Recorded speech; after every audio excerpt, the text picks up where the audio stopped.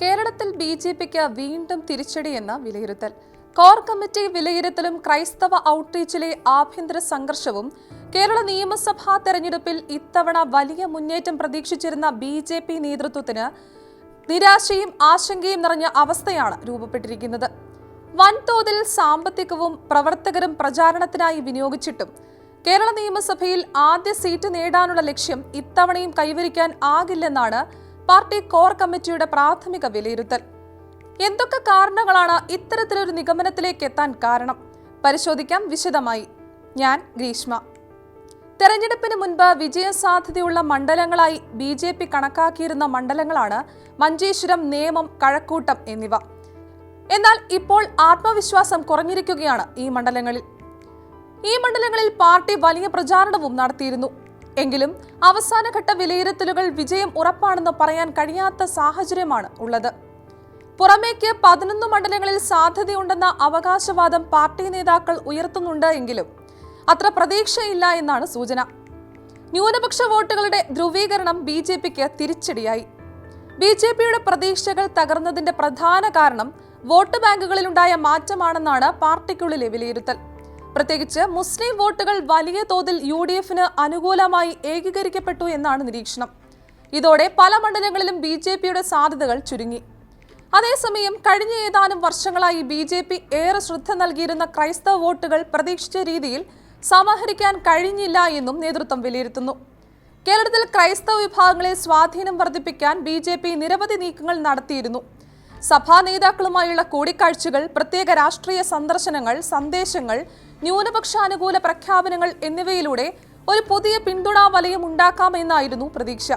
എന്നാൽ തെരഞ്ഞെടുപ്പ് ഫലസൂചനകൾ ആ പ്രതീക്ഷയെ സാധൂകരിക്കുന്നില്ല. മുസ്ലിം വോട്ടുകൾ യു.ഡി.എഫിലേക്കും ക്രൈസ്തവ വോട്ടുകൾ പ്രതീക്ഷിച്ചതുപോലെ ബി.ജെ.പിയിലേക്ക് ഇല്ലാതെയും പോയ സാഹചര്യത്തിൽ സംസ്ഥാനത്ത് ന്യൂനപക്ഷ വോട്ടുകളുടെ ശക്തമായ ധ്രുവീകരണമാണ് ബി.ജെ.പിക്ക് തിരിച്ചടിയായത്. പാലക്കാട് വിവാദങ്ങൾ പാർട്ടിക്ക് സംസ്ഥാന വ്യാപകമായി ദോഷമായി.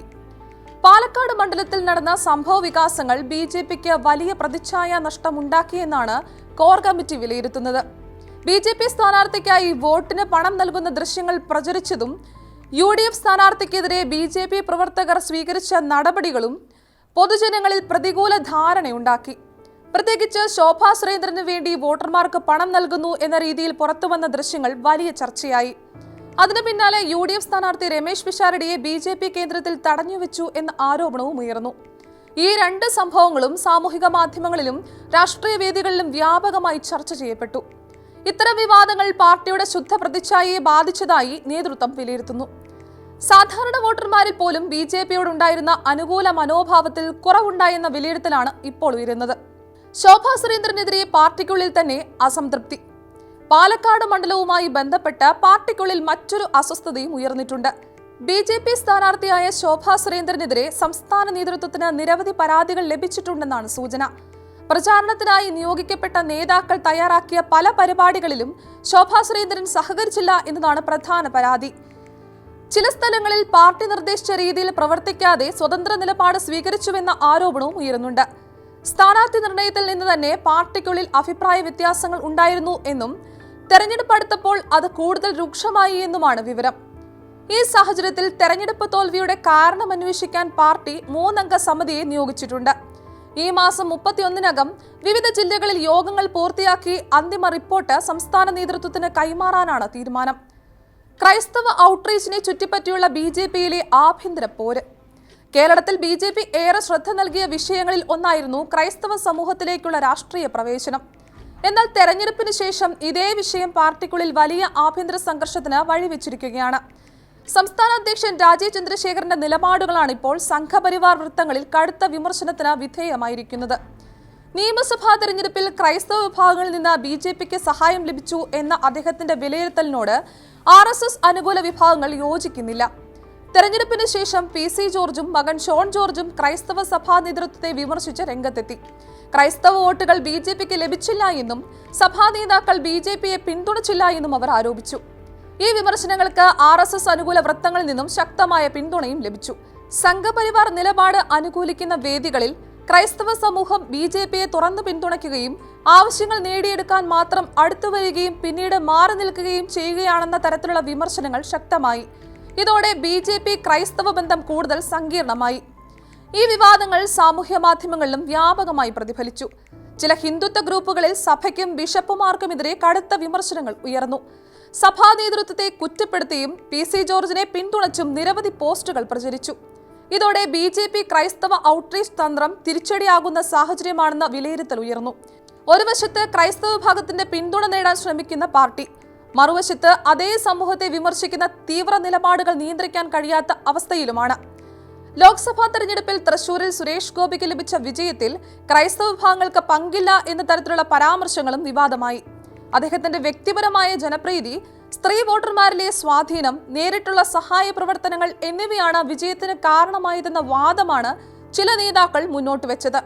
ഇതോടെ BJP സംസ്ഥാന നേതൃത്വം മുന്നോട്ട് വെക്കുന്ന ക്രൈസ്തവ പിന്തുണ ലഭിച്ചു എന്ന വാദത്തിനും RSS അനുകൂല വിഭാഗങ്ങൾ മുന്നോട്ട് വെക്കുന്ന പിന്തുണ ലഭിച്ചില്ല എന്ന വാദത്തിനുമിടയിൽ വലിയ വൈരുദ്ധ്യം രൂപപ്പെട്ടു. പാലാ ബിഷപ്പിനെയും സഭാ നേതൃത്വത്തെയും കണ്ട് പ്രശ്നം പരിഹരിക്കാൻ PC ജോർജിനെയും മകനെയും അയച്ച നടപടിയും പാർട്ടിക്കുള്ളിൽ വിവാദമായി. സംഘപരിവാർ വൃത്തങ്ങൾ ഇതിനെ നേതൃത്വത്തിന്റെ ദൗർബല്യമായി വിലയിരുത്തുന്നു. രാജീവ് ചന്ദ്രശേഖരന് RSS പശ്ചാത്തലം ഇല്ലാത്തതിനാൽ സംഘപരിവാറിന്റെ വികാരങ്ങൾ മനസ്സിലാക്കാൻ കഴിയുന്നില്ല എന്ന വിമർശനവും ഉയരുന്നുണ്ട്. കേരളത്തിലെ BJP സംഘടനാപരമായും ആശയപരമായും രണ്ട് വിഭാഗത്തായി വിഭജിക്കപ്പെട്ടു എന്ന സൂചനയാണ് ഇതിലൂടെ ലഭിക്കുന്നത്. ഒരു വിഭാഗം ക്രൈസ്തവ സമൂഹമായി സൗഹൃദപരമായ സമീപനം തുടരണമെന്നാണ് കരുതുന്നത്. മറ്റൊരു വിഭാഗം ശക്തമായ ഹിന്ദുത്വ രാഷ്ട്രീയം മാത്രമേ പാർട്ടിക്ക് ഗുണം ചെയ്യൂ എന്ന വിലയിരുത്തലിലുമാണ്.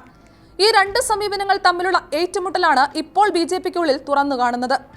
കേരളത്തിൽ BJP ഇനി മുന്നോട്ട് പോകണമെങ്കിൽ വെറും പ്രചാരണ ചെലവോ വലിയ നേതൃയോഗങ്ങളോ മാത്രം മതിയാകില്ല എന്നാണ് പാർട്ടിക്കുള്ളിൽ തന്നെ ഉയരുന്ന അഭിപ്രായം. ന്യൂനപക്ഷ സമൂഹങ്ങളോടുള്ള സമീപനം, സ്ഥാനാർത്ഥി തെരഞ്ഞെടുപ്പ്, സംഘടനാ ഐക്യം, പ്രാദേശിക നേതാക്കളുടെ തമ്മിലടികൾ എന്നിവയെല്ലാം പുനഃപരിശോധിക്കേണ്ട സാഹചര്യമാണുള്ളത്.